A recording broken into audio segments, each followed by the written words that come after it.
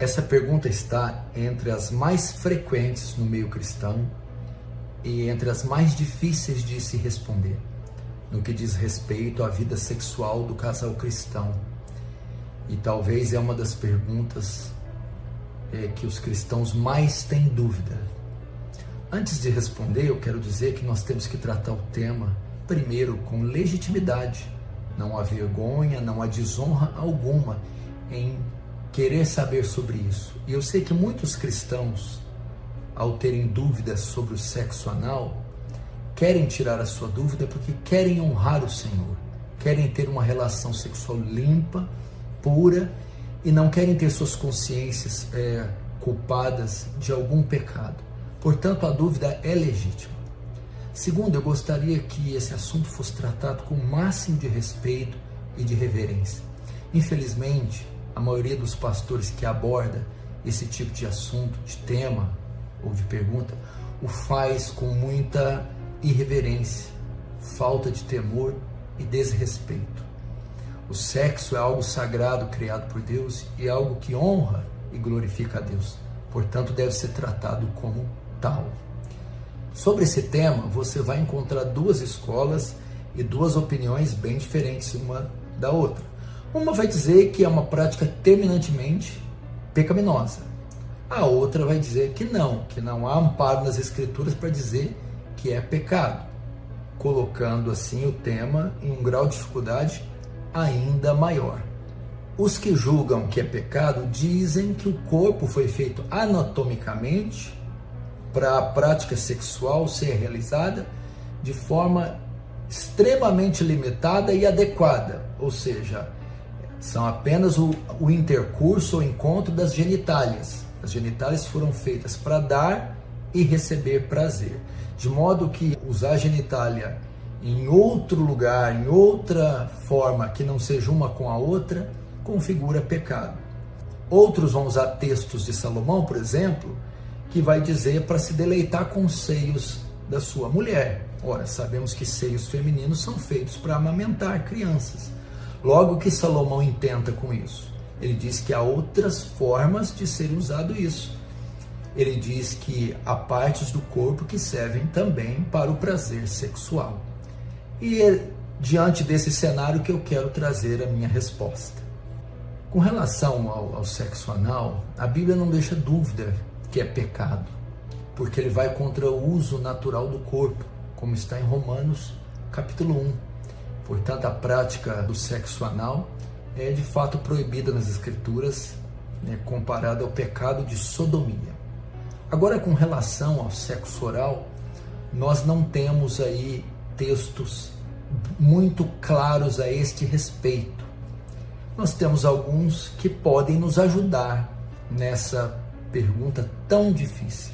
Primeiro, em Hebreus capítulo 13, verso 4, o escritor diz: venerável seja o matrimônio, ou seja, digno de honra, honrado seja o matrimônio, o casamento, e o leito sem mácula, mas Deus julgará os impuros, os adúlteros. Significa que o ato conjugal, o leito, a intimidade sexual do casal deve ser livre de impureza. No contexto está falando de adultério. Mas não somente isso. O problema hoje das relações sexuais é que muitos elementos da pornografia, da cultura secular, dessa erotização da sociedade, são inseridos na relação sexual, maculando assim o leito, elementos da pornografia. E muitas vezes o marido, os homens, buscam nas mulheres aquilo que consumiram por anos na pornografia ou nas prostitutas. Portanto, o leito conjugal tem que ser guardado dessas impurezas, da profanação e dos elementos da pornografia e da prostituição. Isso é óbvio, envolve o sexo anal. Então aí nós temos a primeira pista para lidar com isso. A relação sexual tem que ser pura. Mas quando vamos para o livro de Cantares e o livro de Provérbios, me parece que, principalmente Cantares, que trata da relação de Salomão com a sua noiva Sulamita, e há textos ali dedicados para a relação sexual. E os textos não abordam só a relação em si, mas mostram muitas preliminares, com carícias. E o livro de Cantares cita passagens falando da genitália masculina, feminina, dos corpos nus, de seios sendo acariciados, mostrando que a relação sexual não está limitada apenas à penetração, mas a carícias que envolvem outras partes do corpo. Se ele está falando da genitália masculina e feminina dos seios, que esses podem ser acariciados, beijados, então nos dá uma abertura para dizer que o sexo oral pode ser válido nesse sentido. Agora tem um terceiro texto que vai nos ajudar, e eu acho que ele é o principal. 1 Pedro capítulo 3 diz: vós maridos, coabitai com as vossas esposas com entendimento, dando ela honra como vaso mais frágil. Essa palavra coabitai quer dizer viver a vida comum no lar, o dia a dia, envolvendo relações sexuais. Então tenham relações sexuais com ela com entendimento, né? Com sabedoria, com graça, com amor, levando em conta que ela é o vaso mais frágil, ou seja, que não seja nada imposto, obrigado, agressivo. E o outro texto, então, para fechar isso, está em 1 Coríntios capítulo 7, uma parte destinada à relação sexual, e Paulo vai ensinar o quê? Que os maridos e as esposas têm que ter relações sexuais, ou deixar de ter, com mútuo consentimento. Então guarde essa palavra. O que é mútuo consentimento? As relações sexuais praticadas ou deixadas de praticar devem ser feitas com mútuo consentimento. O que é isso? Ambas as partes devem concordar. Então acredito que aí está a resposta para o sexo oral. É uma coisa espontânea, genuína, ambos reconhecem prazer nessa prática e ambos concordam, ou é algo que uma das partes impõe, obriga e coage a outra a ceder? Sendo assim, eu acredito que é pecado.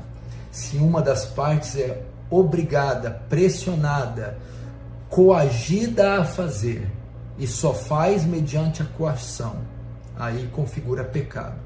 Entretanto, se há consentimento de ambas as partes têm a consciência limpa quanto a isso, e ambas as partes entendem que isso melhora a relação sexual, isso leva a atingir o clímax do prazer, eu acredito então que não há problema nesse sentido. Todavia, é muito pessoal, é muito particular. Portanto, eu diria que vocês devem julgar caso a caso, né? Isso deve ser pessoal, íntimo de cada casal. Espero poder ter te ajudado com essa resposta.